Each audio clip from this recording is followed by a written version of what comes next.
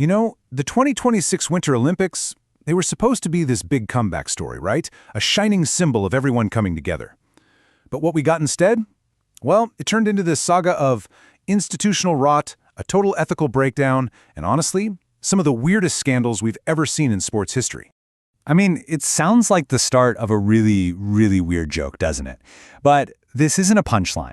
These three completely random things are actually the pillars of the whole crisis that just swallowed the 2026 games. And it all points to something rotten hiding just under all that pristine alpine snow.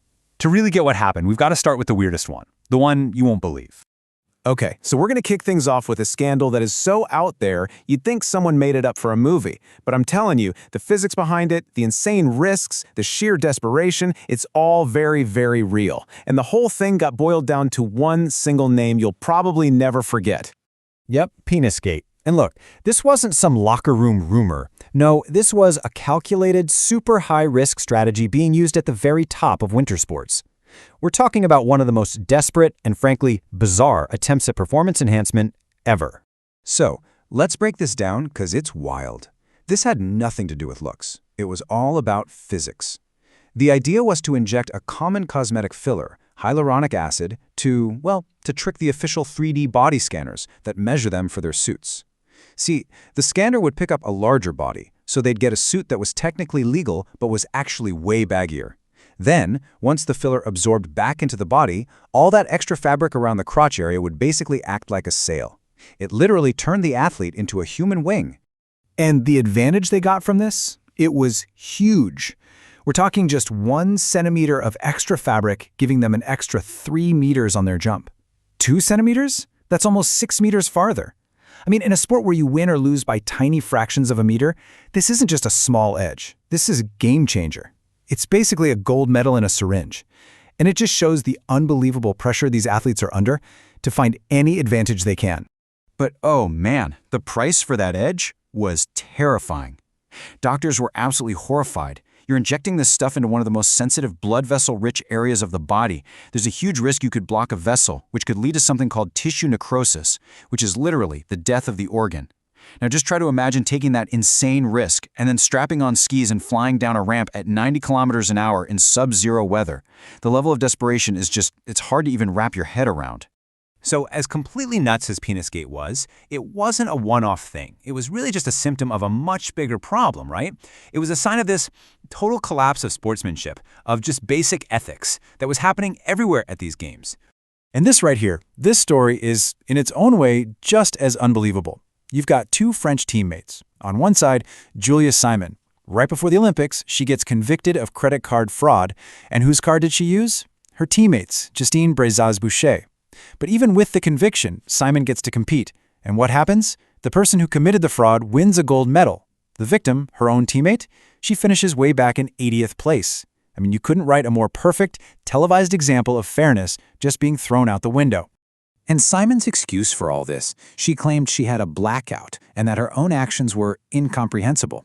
I mean, most people saw right through that as just a cynical way to avoid taking any responsibility. And then, to top it all off, when she wins the gold, she crosses the finish line and puts a finger to her lips, like she's shushing her critics. The message couldn't have been clearer. I won, so nothing else matters. Okay, so we've had individual cheating, individual corruption, but then the whole crisis just blew up. It went from personal scandals to a full-on geopolitical firestorm that made people question the entire point of the Olympics and its whole "we're neutral" stance. So picture the opening ceremony. Thousands of protesters are filling the streets in Milan, and their message was simple. They believed that letting the Israeli team participate fully, while the military campaign and humanitarian crisis in Gaza was ongoing, was just wrong. To them, that Olympic flame wasn't a symbol of hope anymore. It was a torch of shame, a symbol of complicity. The protesters were pointing to what they saw as a massive double standard. And here's why. The IOC had already banned Russian and Belarusian athletes from using their flags because of the invasion of Ukraine. The reason they gave was a breach of the Olympic truce, this idea that conflict should stop during the Games. But when it came to Israel, whose military campaign in Gaza was also ongoing, the IOC's response was different.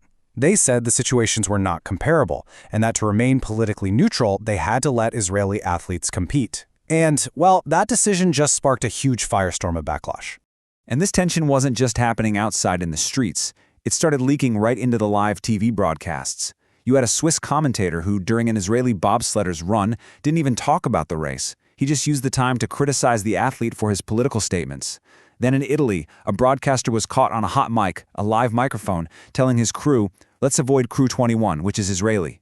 So these weren't just little mistakes. It showed that even people in the media were starting to push back against the official "sports are apolitical" line from the IOC. So you have to ask, right? How did we get here? How does an event that's all about peace and unity turn into this circus of bizarre cheating, fraud, and global political drama? The answer, it turns out, isn't just about a few bad actors. It points to something much deeper, a systemic problem right at the very heart of the Olympic organization itself.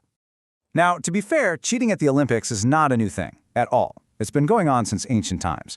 You have a boxer in 388 BC bribing his opponents. You have a marathon runner in 1904 hitching a ride in a car for 11 miles. So the win-at-all-costs mindset has always been there. But something's different now. The cheating has evolved from just one person trying to get an edge to something way more complex, more systemic, and in some ways even enabled by the very system that's supposed to stop it. And this gets to the heart of the issue, something investigative journalists have been pointing out for years. They argue that the International Olympic Committee, the IOC, stopped being just a sporting organization and turned into this transnational commercial giant. The focus shifted from sports to billion-dollar TV deals and massive corporate sponsorships. And when that happened, those core values, sportsmanship and fair play, they kind of got pushed to the side. When protecting the brand and the money becomes the #1 priority, it creates this environment where winning at any cost is tolerated, and scandals like the ones we're talking about become, well, almost inevitable. So, let's recap. We've seen it all, haven't we? From the absolutely bizarre to the deeply political. We've looked at the system failures that let it all happen. And everything just came to a head at these games, leaving this permanent black mark on the whole idea of the Olympics. And maybe the most perfect and honestly kind of sad symbol for the entire 2026 Games came from the athletes themselves.